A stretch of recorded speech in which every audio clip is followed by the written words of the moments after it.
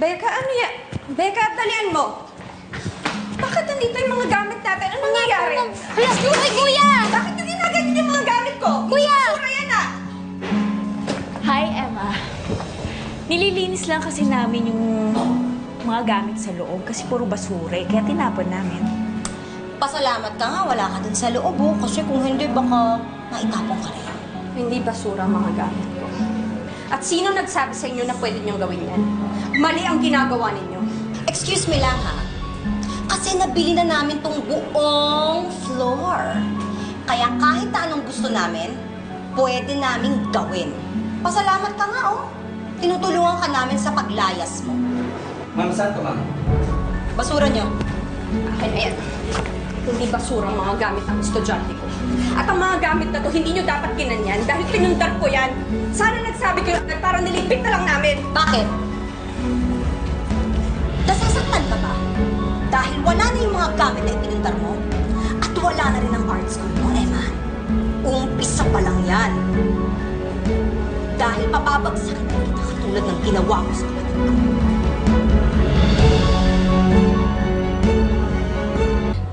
Pinahirapan mo ang kapatid ko? Muntik na siyang mamatay sa gutom dahil sa ginawa mo sa kanya! Dapat lang ang ginawa ko sa kapatid mo dahil masama siyang tao. Pinasunog niya ang anak ko.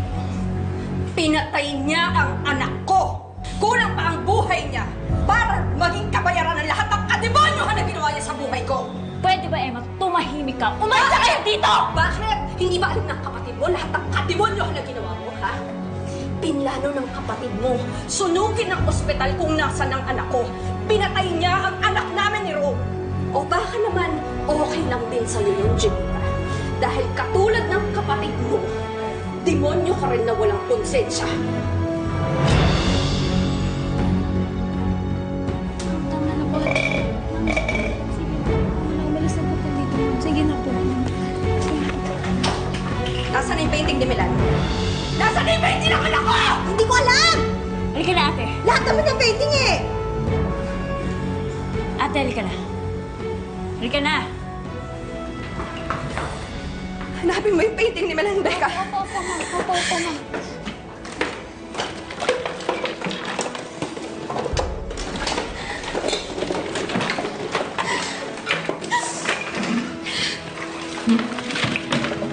School.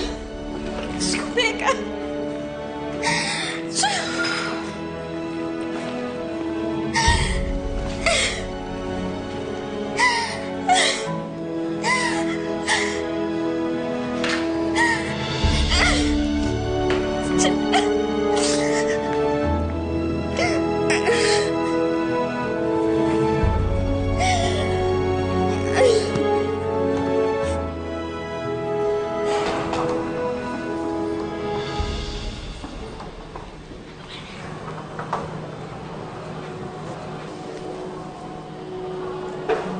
Bakit ganyan ka makatingin? Georgia, totoo ba yung sinasabi ni Emma? Ginawa mo ba yun sa anak nila? Pinatay mo ba yung anak nila? Ha? Ate, hindi ko pinatay yung anak nila. Pinakuha ko yung anak nila habang nasusunog yung nursery. Tapos pinaampun ko. Diyos ko. Ay, salamat. Kala ko pumatay ka ng bata. Ay. Teka, sandali. Ano? May anak si Rome tsaka si Emma? Pero, ang alam nila, patay na yun. At mas mabuti yun. Ate, sikreto lang natin yun. Oo naman. Ikaw pa ba? At saka, Diyos ko, pag nalaman ni Rome at saka ni Emma na may anak sila, rason pa yon para magkalapit yung dalawang yon para magkabalikan. Hindi nila dapat malaman. Tama kay. Tama yung ginawa mo. O ako, ikaw, gagawin ko rin yan. Oo. Magkapatid nga tayo. Sandali nga ate, anong gagawin mo dito sa space na to? Ngayon napalayas na natin si Emma. Well, dito ko itatayo yung sarili kong travel agency. Ikaw, wala kang work. Gusto mo ba akong tulungan na lang sa business ko? Ayoko nga, ayoko yung mga ganyang office work. Ay, okay. Sige, ano nga ang gusto mo? Gusto mo bang mag-aral?